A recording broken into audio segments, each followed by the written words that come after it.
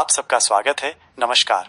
दिल्ली सरकार ने सभी स्कूल प्रमुखों को यह सुनिश्चित करने का निर्देश दिया है कि आर्थिक रूप से कमजोर वर्ग ईडब्ल्यूएस, वंचित समूह डीजी और विशेष आवश्यकता वाले बच्चों सीडब्ल्यूएसएन श्रेणियों के तहत विद्यार्थियों के लिए प्रवेश पूरी तरह कंप्यूटरीकृत लॉटरी के माध्यम से किया जाए ताकि किसी भी तरह का मानवीय हस्तक्षेप न हो। डीपीसीसी ने सीवर नेटवर्क को लेकर डीजेबी पर 18 करोड़ का जुर्माना लगाया। दिल्ली में कांग्रेस या आप सरकार द्वारा घोटाले के बाद घोटाले हुए सीएम रेखा गुप्ता गोपाल राय ने दिल्ली के पर्यावरण मंत्री को प्रदूषण नियंत्रण प्रयासों को अगले स्तर तक ले जाने की चुनौती दी। अच्छे दिनों की संख्या को 309 तक ले जाने के लिए काम करना होगा। दिल्ली मेट्रो में व्यस्त समय, प्रमुख स्टेशनों पर भीड़भाड़ से भगदड़ की आशंका। नई दिल्ली मेट्रो के यात्रियों में ये चिंता बढ़ती जा रही है कि व्यस्ततम समय में यात्रियों की संख्या बढ़ने से स्टेशनों पर भगदड़ जैसी स्थिति पैदा हो सकती है। दिल्ली पुलिस की ईओडब्ल्यू ने 5.05 करोड़ रुपए के ऋण धोखाधड़ी मामले में मुख्य आरोपी को गिरफ्तार किया। सर्वोच्च न्यायालय ने दोहराया है कि मध्यस्थता समझौता साझेदारी फर्म के मृतक साझेदार के कानूनी प्रतिनिधियों के विरुद्ध लागू किया जा सकता है।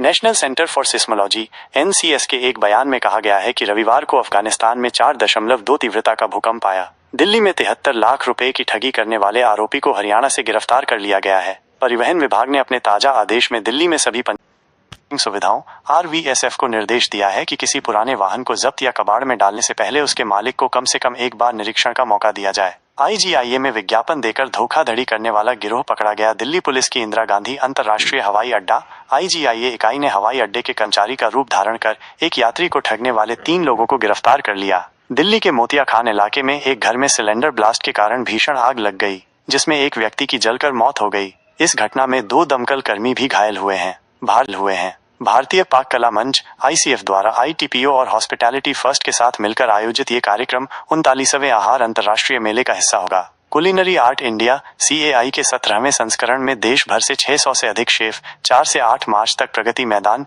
नई दिल्ली में भाग लेंगे। दिल्ली में प्रदूषण पर लगाम लगाने के लिए सरकार ने कमर कसी। ऊंची इमारतों पर एंटी स्मॉग गन लगाना अनिवार्य। दिल्ली मेट्रो फेज 4 का 60% काम पूरा हो गया है। दिल्ली में सड़कों की मरम्मत का कार्य किया जा रहा है।